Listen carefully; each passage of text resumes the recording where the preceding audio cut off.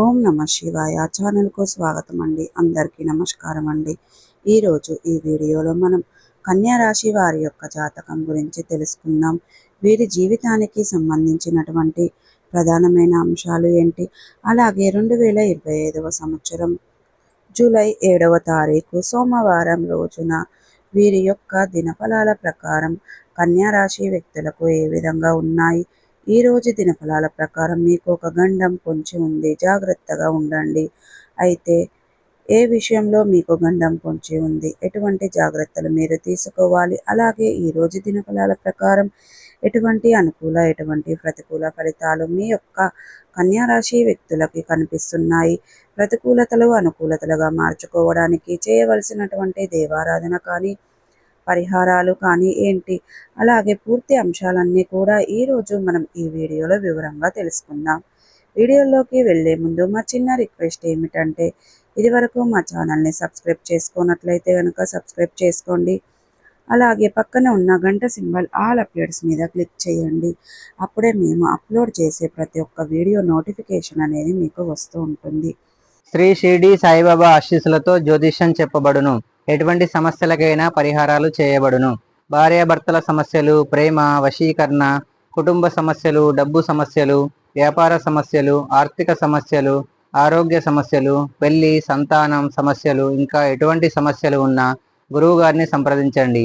సమస్యలకు ప్రత్యేకమైన పూజలు చేయబడును. గురువు గారి మొబైల్ నంబర్ 9398696950. నమ్మకంతో కాల్ చేయండి. మీ సమస్యలకు సరైన పరిష్కారం పొందండి. ఇక వివరాల్లోకి వెళ్తే గనక కన్యా రాశి అనేది రాశి చక్రంలో 6వ రాశి.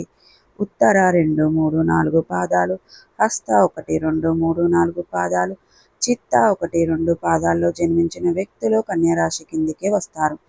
ఈ రాశికి అధిపతి బుధుడు. ముందుగా వీరి యొక్క వ్యక్తిత్వాన్ని మనం గమనిస్తే గనక కన్యా రాశి వారు చాలా మంచి మనస్తత్వాన్ని కలిగి ఉంటారు. క్రమశిక్షణకు, ఆరోగ్యానికి, సహాయ పాలనకు ఎక్కువగా ప్రాధాన్యతను ఇస్తారు. అలాగే మేలు చేసిన వ్యక్తులను ఎప్పటికీ మర్చిపోకుండా గుర్తుపెట్టుకుంటూ ఉంటారు. కొత్త వ్యక్తులు పరిచయమైనా కానీ, పాత స్నేహితులను కానీ, బంధాలను కానీ అస్సలు విడిచిపెట్టరు. క్రమశిక్షణతో నూతన విజయాల కోసం నిరంతరం ప్రయత్నం చేస్తూ ఉంటారు. కానీ కొన్ని సందర్భాలలో క్రమశిక్షణ నిలవని పరిస్థితులు కూడా వీరికి ఎదురవుతాయి. కార్యరంగంలో దూకుడుగా వ్యవహరిస్తారు. కార్యదీక్ష, కార్యదక్షత కూడా వీరికి ఉంటుంది. ముఖ్యంగా 2025వ సంవత్సరం జూలై 7వ తారీఖు సోమవారం రోజున వీరి యొక్క దినఫలాల ప్రకారం కన్యా రాశి వ్యక్తులకు చూస్తే గనక ఈరోజు దినఫలాల ప్రకారం ఒక వ్యక్తి వల్ల మీరు పోలీసులతో వాగ్దానానికి దిగటం కానీ, పోలీస్ కేసుల్లో చిక్కుకోవడం కానీ జరగవచ్చు. ఇటువంటి గండం మీకు పొంచి ఉంది కాబట్టి జాగ్రత్తగా ఉండండి.